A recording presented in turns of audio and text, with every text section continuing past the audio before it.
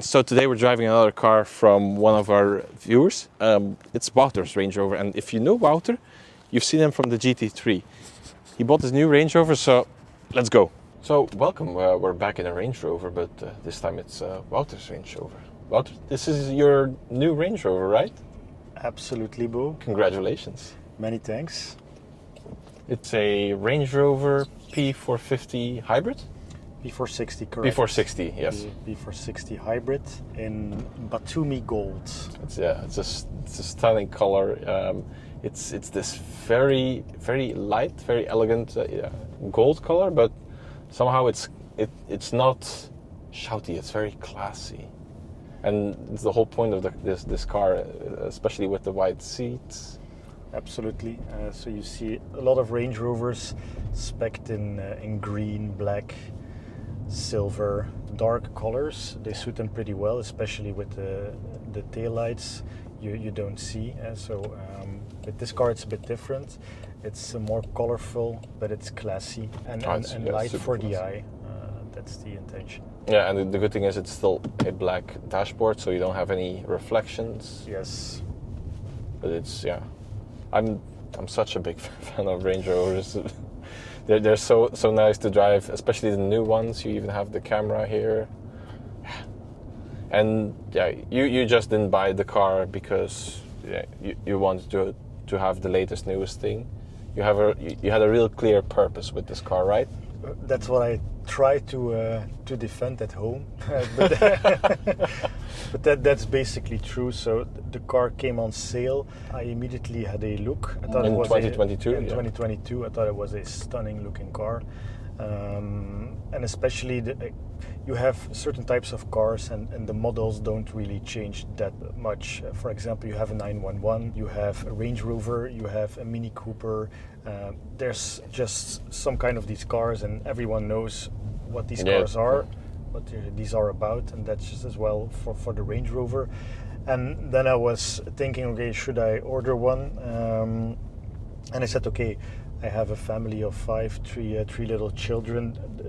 The worst thing you could do is buying a Range Rover because it's way too luxurious. Especially with a white interior. Especially with a white interior, because the kids trash everything. Because your kids are all below 5 years old, right? They're 135, so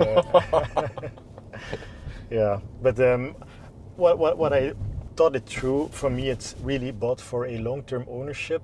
You really need to do the long distances, sometimes on a holiday, and okay, there's two choices. Either you buy a rational car, even a Mercedes V-Class.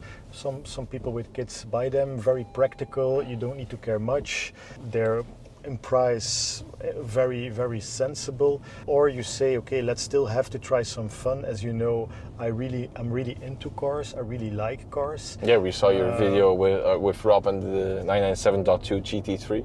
Absolutely. So I'm really passionate about cars, and once you have a family, to be honest, I had really difficulties to find a car that I would still enjoy driving. Obviously, driving a car like this, it's another kind of driving than the sporty driving. But when I was 10 years younger, I think I would have said, let's buy an M5 Touring, let's buy a big German estate car with a heavy engine. Lots of power. Lots of power.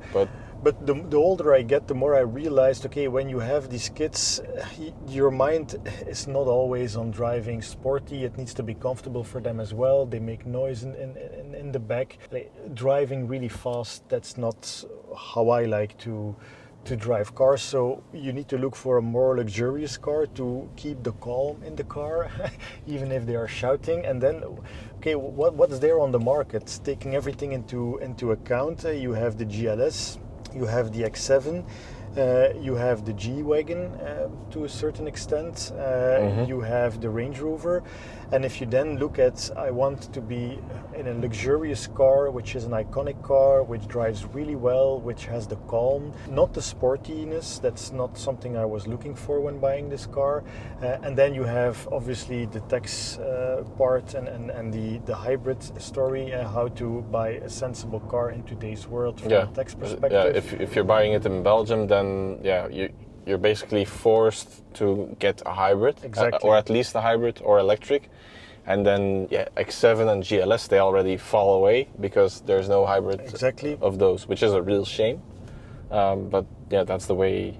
And then if you make your calculation after tax and you compare it to these kind of cars, then this is, I'm not saying a no-brainer, because it is not a no-brainer to buy, but it is a thing you can try to rationally defend, especially if you consider long-term ownership. And that's really what I have in mind, to drive this car long-term, to have lots of fun trips with it, holidays, etc., while still being able, without the kids, to drive in comfort to the place where you need to be. And it is a bit, your journey does not start when you arrive, but the journey starts when you get in the car. Yeah, when you set off. Yeah. When you set off, and that is a big difference with driving a more rational car that does not give you that same kind of joy.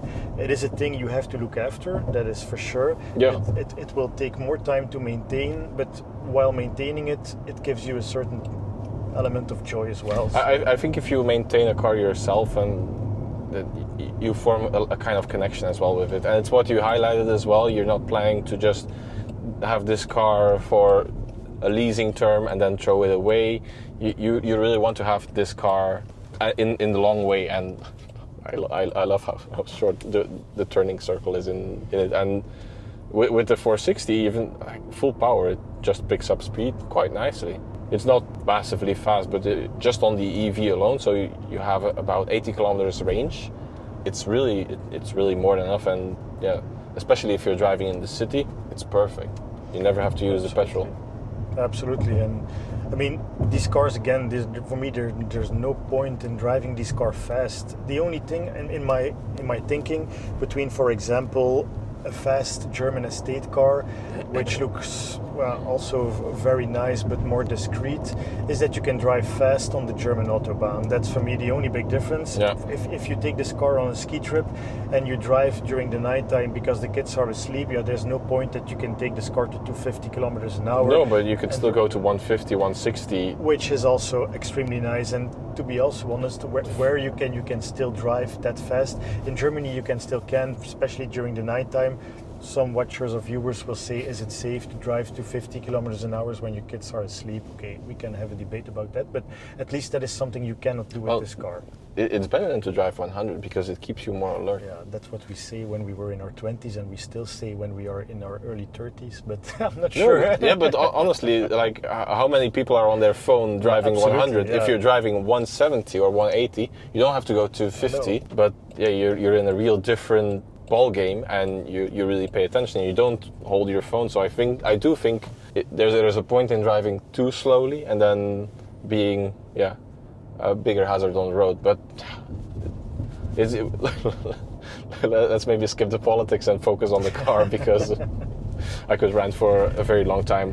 The spec of this Range Rover, it also has the wooden steering wheel, and it's a really nice thing to grab onto. It doesn't slide out of your hands. It's a really tight feel you have with the car, and especially with the new aluminum pedals in this latest generation, I really love them. They sound so good. That's exactly that. If they're into plastic, it's a shame. Yeah, I think this highlights how premium of a product this is. And the thing also is, and it's what you said, I'm two different kinds of people when I drive. When I drive daily, it's just calm, and I just want to be in something that gets me there in the best way. I don't need like an M5 touring or whatever, because I don't see the point.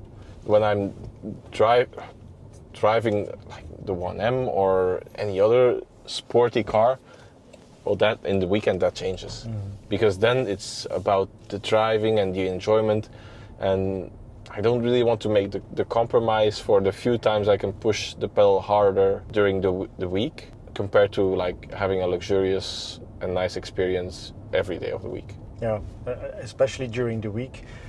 I commute to work with the train, to be honest. I take the public transport.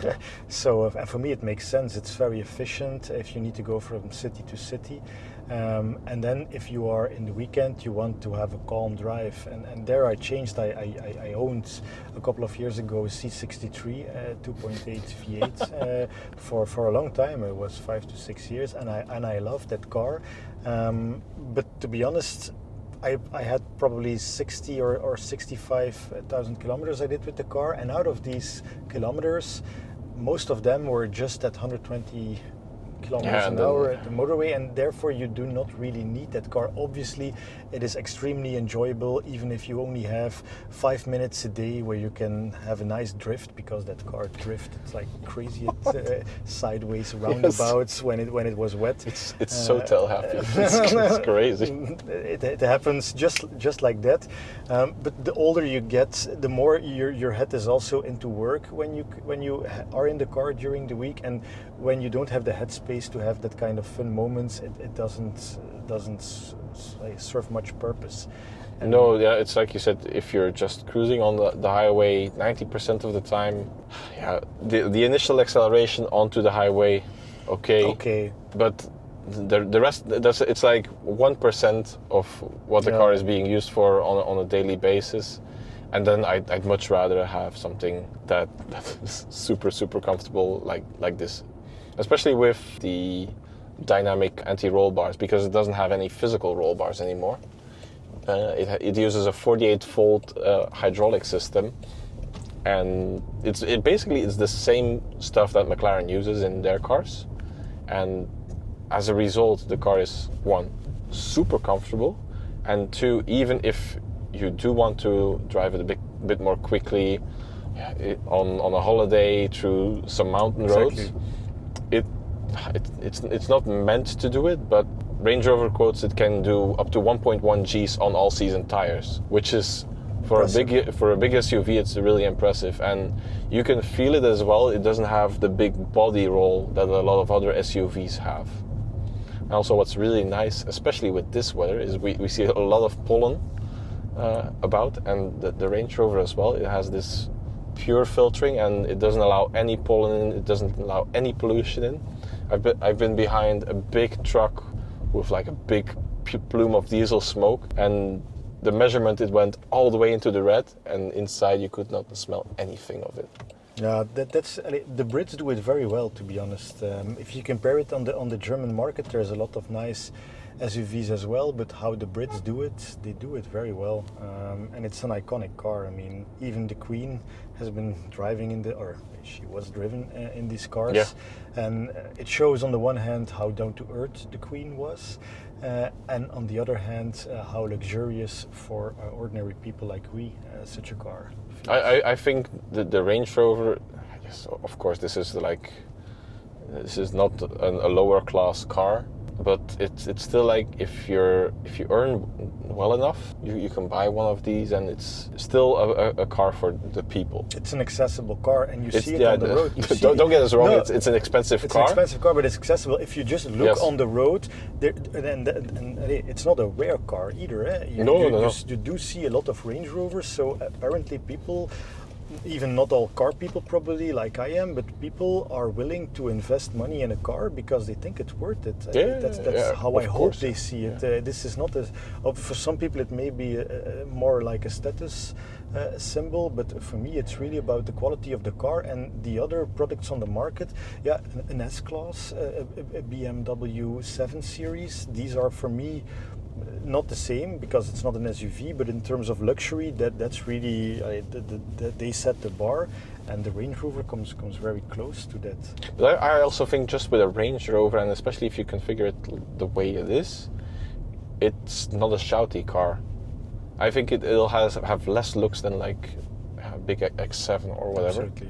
Even though it's a more expensive car, or even compared to an S-Class, I think people, because you see them more often, and because you have a lot of different levels, and it looks quite similar to the Range Rover Sport, so people don't really see the difference if you don't know anything about cars. So the perception is a lot different if you come with something like this than if you come with an S-Class, because everyone knows how special an S-Class is. Absolutely, and there's some unique selling points for a Range Rover over an S-Class, that if you have kids, to put them inside the car, it's really nice that if the range is a bit higher, so it's easier to put kids in the car. Yeah. And also the multi-purpose of this car. You can take this to the snow, you can take it for a trip in the Alps during the summer, you can go to France, you can even go to an expensive restaurant or hotel and give the keys to a voiturier.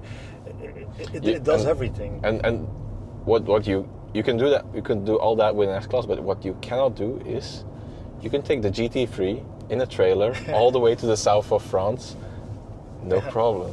And that's the thing that's really cool to me, is it's this all-purpose machine, and granted it's a lot of money, but if you think about it, there's nothing that does everything so well as a Range Rover. Yeah, that's one of the main reasons why I bought this car. And if you would have asked me the question 5 years ago if I were ever buying a Range Rover, I would have replied no. But the older you get, the more you see the purpose and the use cases of such a car. Yeah. And yeah, it's not visible or not audible in this video, but you also took the Meridian Signature sound system, which is a 1600 watt sound system, and it has 35 individual speakers. And you haven't experienced it yet. No. I had last week with the Range Rover, and it's like a full-on festival on wheels. The audio quality is so nice, and the clarity is amazing. And yeah, for me that was the biggest selling point. If I would ever have a Range Rover, it has to have the Signature audio system, and it has to have the 48 volt anti-roll bars. Yeah, and the thing is, it's a shame because the reason why I haven't heard it yet is because during COVID, when I was trying out these cars, there was a shortage on the supply of the chips. So I haven't heard it yet. So I'm very curious. Yeah, it's if you're thinking about optioning it, just do it, because it makes such a difference. I think, yeah, I've said this is the best car you can get for the money. Yeah, and for daily driving. And if you want to have a nice picnic, you open the trunk. And you have the split tailgate. Exactly. You did not opt for the tailgate suite, right? No, I spec'd it, but the sales guy did not recommend it, and he changed the specifications. He said that's only ordered in more like Abu Dhabi, etc. Yeah, I think it takes too much space in the trunk, probably. No, I'm not sure it takes space. You have the additional speakers, but he said, okay, it's not worth the money. It's more marketing. Like actually in the trunk, you can have these optional seats. The optional seats, yeah, indeed, yeah, but it's not really seats. These are cushions. They put inside the trunk, and okay, you can take them out, but it's not really. If I would have done it, it were to be for the speakers, because you have additional speakers in the tailgate, which is nice. That's the event suite. But he said, okay, it's only if you want to look to horse riding, etc., then it can be nice. And I'm not into horses at all, so I said, okay. I don't really care. Probably you're right. But yeah, honestly, it's a very beautiful car. Thank you for your time, Wouter. Thank you for always a pleasure, Beau. For us having the opportunity to drive it, because it's a really nice car. It's a really nice place to be. If you cannot notice it too much on the video, but it's so quiet here.